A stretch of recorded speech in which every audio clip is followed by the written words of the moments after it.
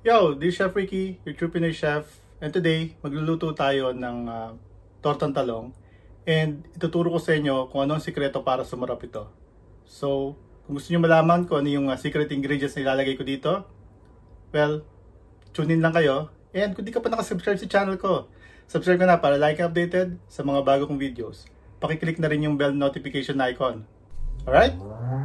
Let's go!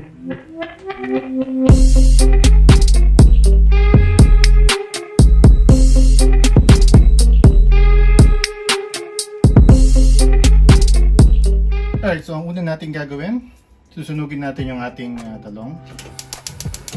So, direct flame will be okay for this.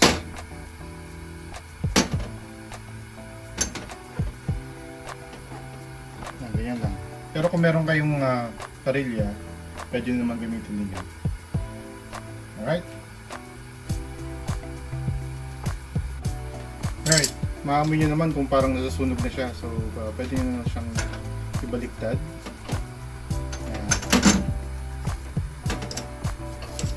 Importante yan, mag-uling yung ating eggplant. Yung balat niya kailangan mag-uling talaga siya para mas madali natin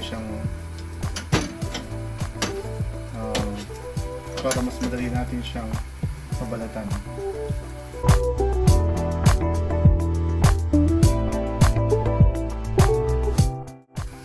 Yeah, makikita nyo naman na parang halos sunog na sunog na yung mga balat niya and humihiwalay na siya. So lumilitaw na yung laman. So ibig sabihin niya pwede na yan. Alright? Now, dahil lang sa bowl, doon natin siya babalatan. Alright. Alright, pagkatapos lalagyan natin siya ng tubig para mabalatan natin ng mas mabilis. Okay?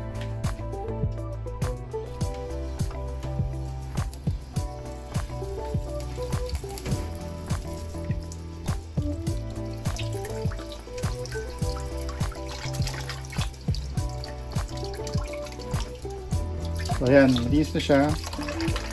Ganyan lang. Ready na yung ating totortahing talong. Okay? So, syempre, balatan na rin natin yung iba.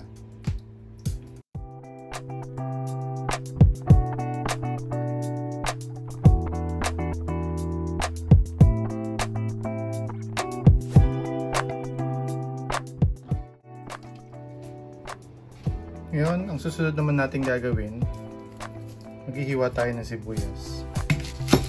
So, ang most common thing na ginagawa sa pagtotorta ng talong, lalagyan lang siya ng itlog, okay na siya. Pero ito yung isa sa mga sikreto ng para sumarap yung yung tortang talong. Lagyan nyo lang siya ng sibuyas. And sobrang iba ang magiging lasa nito. Mas magiging masarap siya. Alright?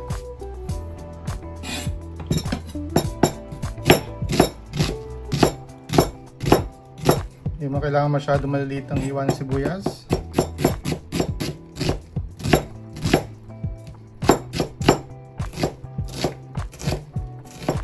Ayan. Okay na to. Ganito lang kalalaki, pwede na. Hindi na masyadong maliit.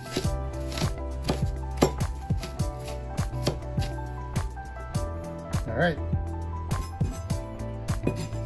Hindi tayo sibuyas, and of course kailangan natin na itlog.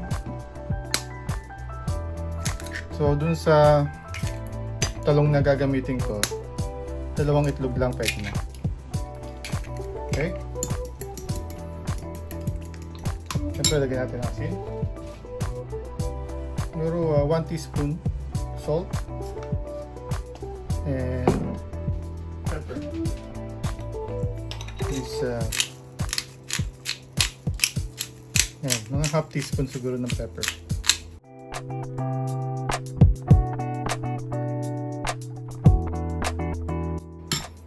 Ayan. Ito na yung ating talong.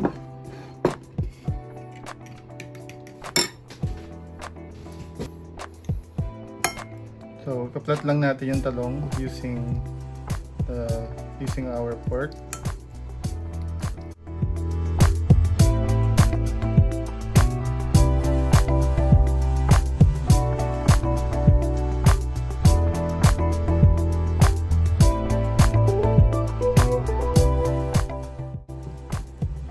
Ayan. And then, papadigo na natin yung ating egg. Alright? Of course, lalagyan na rin natin yung ating onion. So, kung napansin nyo, hindi ko hiniwa lahat yung onion. Alright? So, masyado na kasi marami yun. Pwede na yung half onion sa kanila. Ayan. Ayan lang muna natin siya masoak habang pe-prepare na natin yung ating pagpiplutuan. Alright? Ayan. Alright, ngayon naman, start na tayo magluto ng ating tortang talong. So, magpainit lang ng kawali. So, I'm using a non-stick pan. Pwede naman kahit hindi non-stick pan. Pero kung meron kayo non-stick pan, mas maganda yung gamitin nyo. Alright? So, maglagay lang ng mantika. Enough para, malubog ng konti yung ating tortang talong. Alright?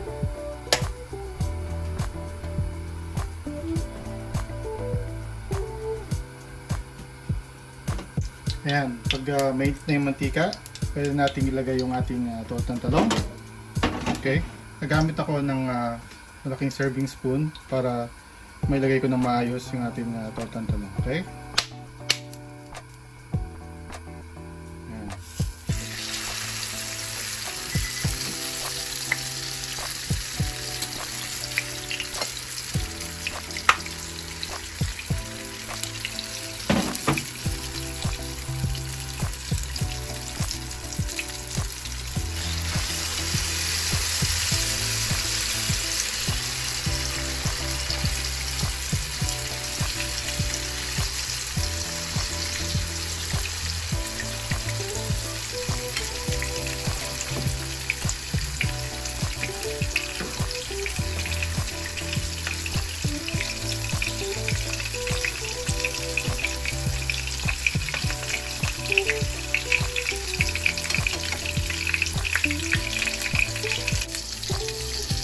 I-check nyo lang kung nasusunog yung ilalim. So, kung pwede na siya ibaliktad. So, ito medyo maputi-puti pa siya. So, maya-maya pa natin siya ibaliktad. Alright. So, ngayon, pwede natin siguro siya ibaliktad.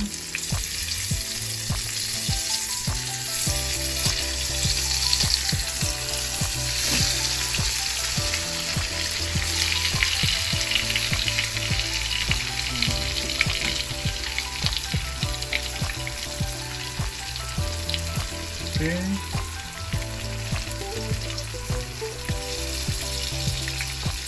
Ibang side naman.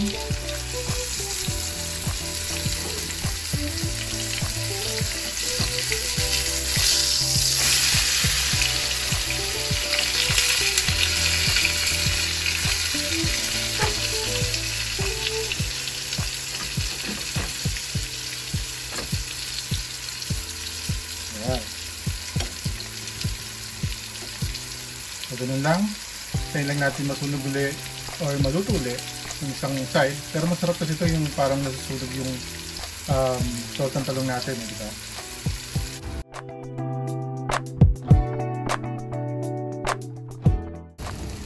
Right? So, baliktad ulit natin. Okay.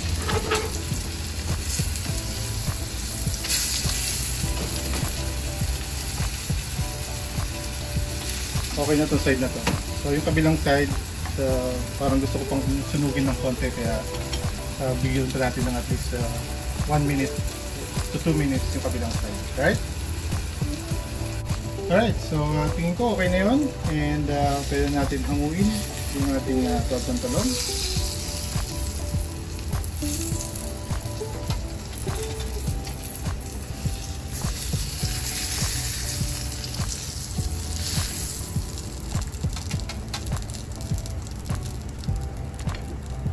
Okay.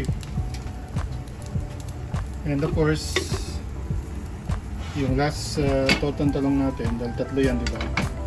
Lalagay ko na rin.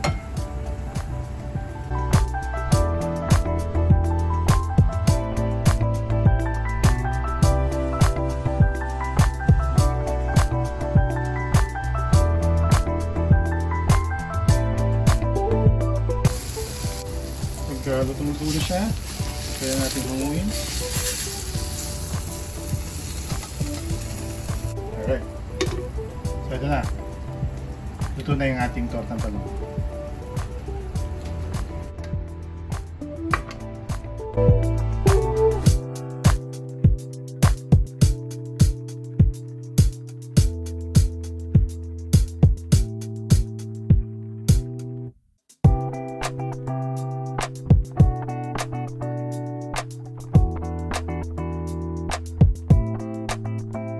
Alright, so taste test tayo. Unahin ko yung titikman ko yung pinakahuli natin niluto kasi mas marami siyang itlog. Okay? Let's go! Alright, so ito na yung ating tortang talong and nilagyan ko siya ng ketchup. Yun yung masarap na sausawan kasi talaga ng tortang talong, di ba? Pero masarap din kung toyo at suka or toyo kalamansi. Try nyo rin yan, masarap din yun. Okay? So, gusto ko to yung medyo parang sunog yung nasunog natin yung itlog niya. Yan. Malutong siya. Ngap. Tapos yung ketchup. At yung tortang talong. Tingnan natin.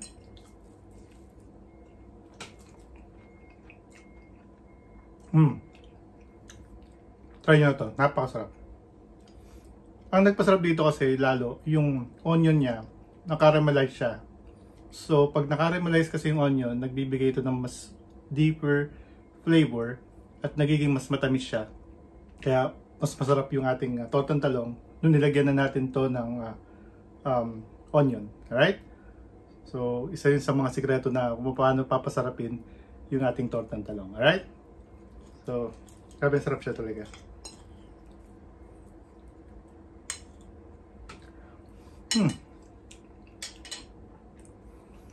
Now, kung di ka pa nakasubscribe sa channel ko, subscribe na para like updated sa mga bagong videos. Again, this is Chef Ricky, your true Pinay Chef. Bye for now. Ciao.